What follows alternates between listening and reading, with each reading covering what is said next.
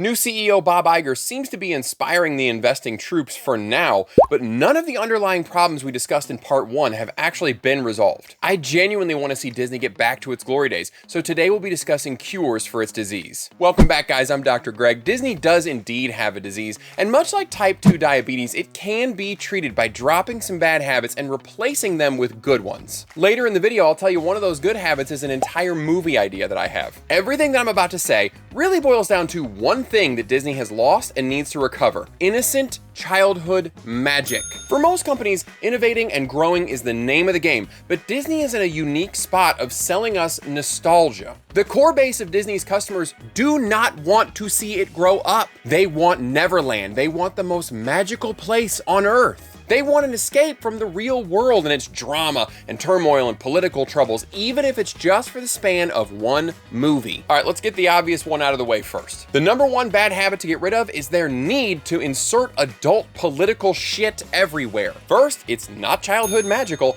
and second, it's not gonna age well when the internet has moved on from whatever hashtag the show or movie was trying to chase. I'm a black man carrying the stars and stripes. Mostly this ties into money. Let's have an uncomfortable conversation right out the gate, especially you, LGBT viewer. Currently, you don't have the numbers to support a company the size of Disney. According to a Gallup poll from last year, roughly 7% of American adults identify as either LGBT or Q. That's not a large enough group of consumers, so you need backup, but there seems to be a disconnect somewhere. Doesn't matter which survey you choose, every single one of them agrees that at least 70% of Americans support gay marriage and gay rights. So why don't movies like Bros, Strange World, and Lightyear do well? I think there are two big reasons for this. The first is a not in my backyard situation where people say they support you, and I think they genuinely mean it, but then when you ask them like, oh cool, are you gonna take your kids to go see that movie? They're like, I would, but the way my bank account is set up, the thing is... Whether it's for moral reasons or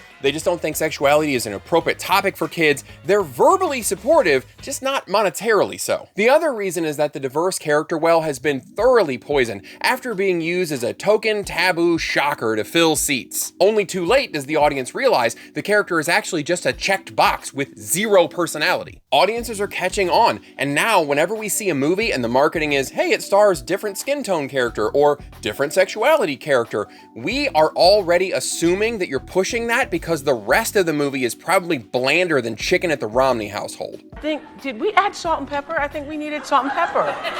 No, there's no salt and pepper in it.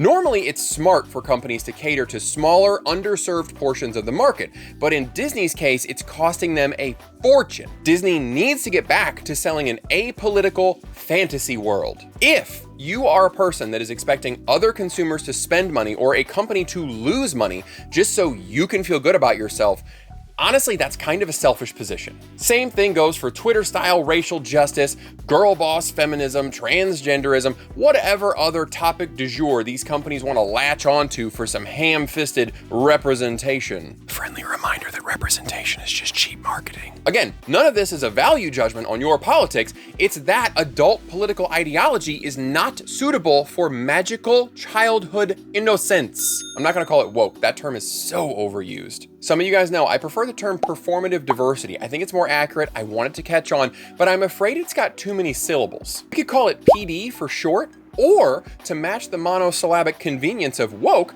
we could say PED, like Disney loves PED. Their writers and directors seem to be into PED type stuff. A lot of PED in their movies. Unrelated topic, Disney is putting sex into everything, and once again, this is not childhood magic. Take a look at these Mickey ears that were announced last year. What do you think that is oozing down those ears? Think about your answer, I'll get you a towel. It's platinum, obviously, for their anniversary celebration. What, Cardi, what did you think? That's suspicious. Don't be silly. Look, I've got the official product announcement straight from Disney. It'll explain what's going on here. Minnie is dripping with excitement as she prepares for the centenary celebration. Minnie is dripping with excitement?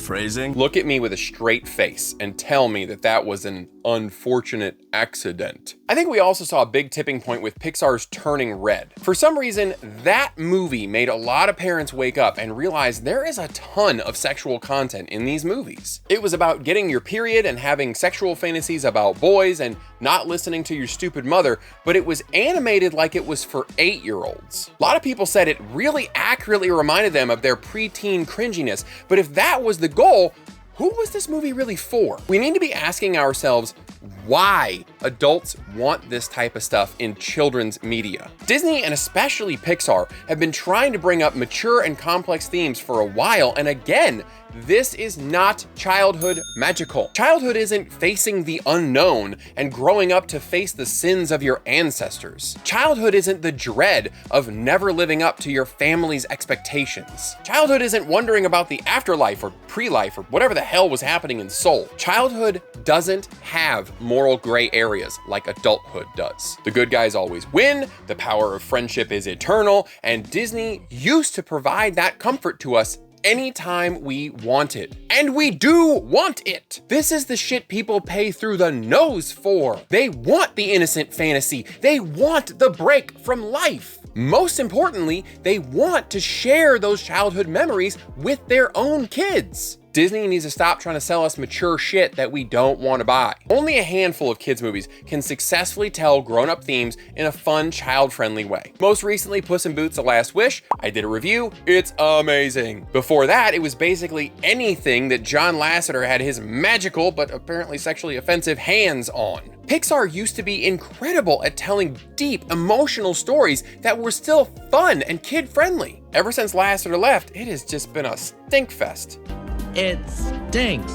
It's gotten so bad that this June, DC has decided to put The Flash up against Pixar's Elemental instead of Indiana Jones 5. Do you know how crazy? Pixar used to terrify other studios. You do not release on their weekend. Now you got Geriatric Jones being more frightening than Pixar's latest film. We talked last time, Disney is in massive debt, and they are carrying studios they clearly cannot manage. Sans Lasseter, Pixar needs to be sold off. Probably Marvel and Lucasfilm as well. The numbers for those companies are starting to wane, and while admittedly Disney definitely added value and launched them to new heights at first, it seems like it might be time to flip them. Now it's time to talk about the good habits. I want to see Disney get the full redemption arc, but first I need a refill, and you might have to watch an ad. Much better. So if Disney needs to stop making mature content, what do they need to do? Make more shows like Bluey. It's wholesome and fun, and it reminds you of a joyful childhood with the loving parents that you had, or you wish you had, or you wish you were. I wish I was like Bandit. Seriously, if you haven't watched some Bluey, you need to. That shit's great for all ages. Most of their shows need a family-friendly revamp. For years, a lot of parents have been turning off Disney shows because they always portray parents as bumbling morons who are constantly outwitted by their children, who don't listen. Why the fuck would I pay a company for a show that actively undermines my parental authority? When they aren't doing that, the shows are just boring. Disney needs more products that the whole family can watch together. We parents love that shit. It's an easy way to hang out with our kids. They also need to focus on the parks, especially the food. It's really bugging me that they're cutting back on the food portions and the quality in the parks. Think about what was magical to you as a child. Was it massive desserts? Of course it was. When you're at Disney, the child inside of you wants a giant Mickey-shaped waffle with ice cream and fruit and shit. Now, I understand that some of you don't think Disney food is any good. My sincere condolences that your taste buds don't function correctly, but even you have to acknowledge that the food in those parks is fun and unique. Any food that can be shaped into a Mickey head has been, and it used to be huge. If you're a kid on a magical vacation or just getting a special treat, something like a gigantic churro feels pretty fucking cool. Ask Disney people what their favorite part of a park vacation is, and the food is always on the short list. They need to get back to basics and make sure the food is special and magical. Another thing about the parks is the people. If you've ever been to a Disney park, you know the employees are different. It's almost cult-like how much they love that place and they want to share the love with you, but like in a good way. Seriously, there will never be enough praise for the park employees. Okay, story time. Last time I was in Orlando, it was to share my nerd love with my kids at Harry Potter World, but we decided to stop in Disney for one night for their not-so-scary Halloween because Universal Halloween is fucking gross. You plan these vacations months out, and we got a placement call for a newborn 3 weeks before we were supposed to leave. On Disney night, we went to see a dance party with Disney Junior characters, but my older kids didn't want to do that. We divide and conquer. I take the 3 older kids to the Barnstormer, where my wife is going to feed the baby while she watches my 4 and 5-year-old dance so they can't dance no more. That's right, 6 kids at a fucking theme park. I'm a little tired, a little wired, and I think I deserve a little appreciation. 2 minutes after I leave for the roller coaster, the dance party comes to a close. The formerly dancing employees are probably looking forward to a break, or they've got something to do, but they spot my wife trying to feed a baby while my 2 sons are sitting there with nothing to do. This is 8 o'clock. We've been on vacation. They've had sugar. They're basically fucking feral at this point. From somewhere, one of the cast members materializes coloring sheets and markers. 3 of these people come over, hang out with my sons, where my wife can see while she feeds and changes the baby. There was no discussion, they didn't ask any questions. These people just spot problems happening and they jump into action. I have more stories just like that. Trouble is, Disney's taken them for granted, and morale at the parks is starting to slip a little bit because of some of the cost-cutting measures they've been taking. They can have cool rides, great food, fireworks and shit, but those employees are the heart of that place. They need to refocus their effort on keeping their employees happy, and then like 60% of the park experience is taken care of. This is another reason for companies to stay apolitical. Taking moral stances creates division in your employees, and if they're not careful, that will start to reflect in the parks. But the number one thing Disney needs to do is get back to their Renaissance bread and butter, sanitized folklore and mythology. I even have a full movie idea Disney can have for a small fee. If you've been online for more than like a few hours, you've heard someone tell you, I don't know if you know this, but in the original fable, The Little Mermaid— I know, I got it. I got the concept. Disney mastered the art of taking fairy tales, folklore, and mythology, stripping out the murder, cannibalism, and slavery, and giving us fun, quality animation. This is where the company needs to refocus its efforts, and the perfect place to start is Africa. You know, it's really interesting to me that Disney talks a good game about representation, but if you want real black stories, you get 1 franchise with 2 movies. Disney has spent decades telling stories from all over the world, but somehow they missed a whole ass continent. They've been race swapping white characters for years and dislocating their shoulder, patting themselves on the back, but we've never gotten an authentic African story. Weird. African folklore is perfect for Disney's Renaissance feel, and it can capture the representation they so desperately want. They're always clear-cut moral fables. Everything is usually animal-based, or it has animals and people living and talking together. There's already a fantastical element built in with Juju and Egbo Men and stuff. And they can do it all with arguably the most popular character in African folklore, Anansi. Anansi is a man spider.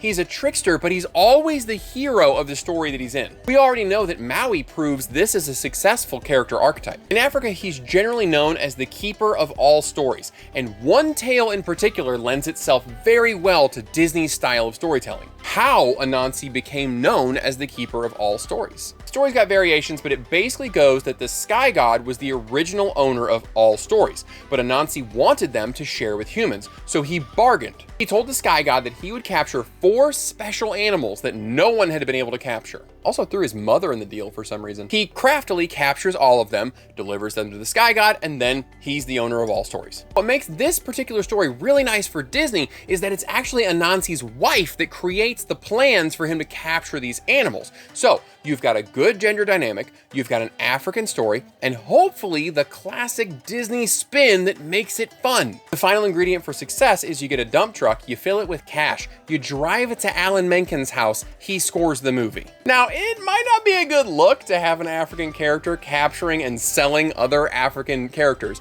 So in this version, the Sky God is going to be the villain. He's not liked by the humans or his own court. As Anansi begins to succeed in capturing these animals, we're going to see the Sky God covertly trying to stop him, preferably with idiot henchmen like Pain and Panic. The twist ending is, we find out Anansi actually had conspired with all of the animals, and when he delivers them to the Sky God, they break out of their cages and they overthrow him. Sky God is overthrown, the people are happy, Anansi is the owner of all stories, which he shares with everybody, everybody's happy. We could even have Anansi start as a selfish character who wanted the stories originally for his own glory, but then throughout the movie, he learns that he needs to share the stories with the world so he can spread joy. There it is. Mr. Iger, I take cash, check, or Venmo for your convenience. You might disagree with me, but I still want to see a bright future for Disney that is full of, you guessed it, innocent childhood magic. They need to act soon though, because they are squandering the customer loyalty that they spent decades building. Thanks for watching. See you next time.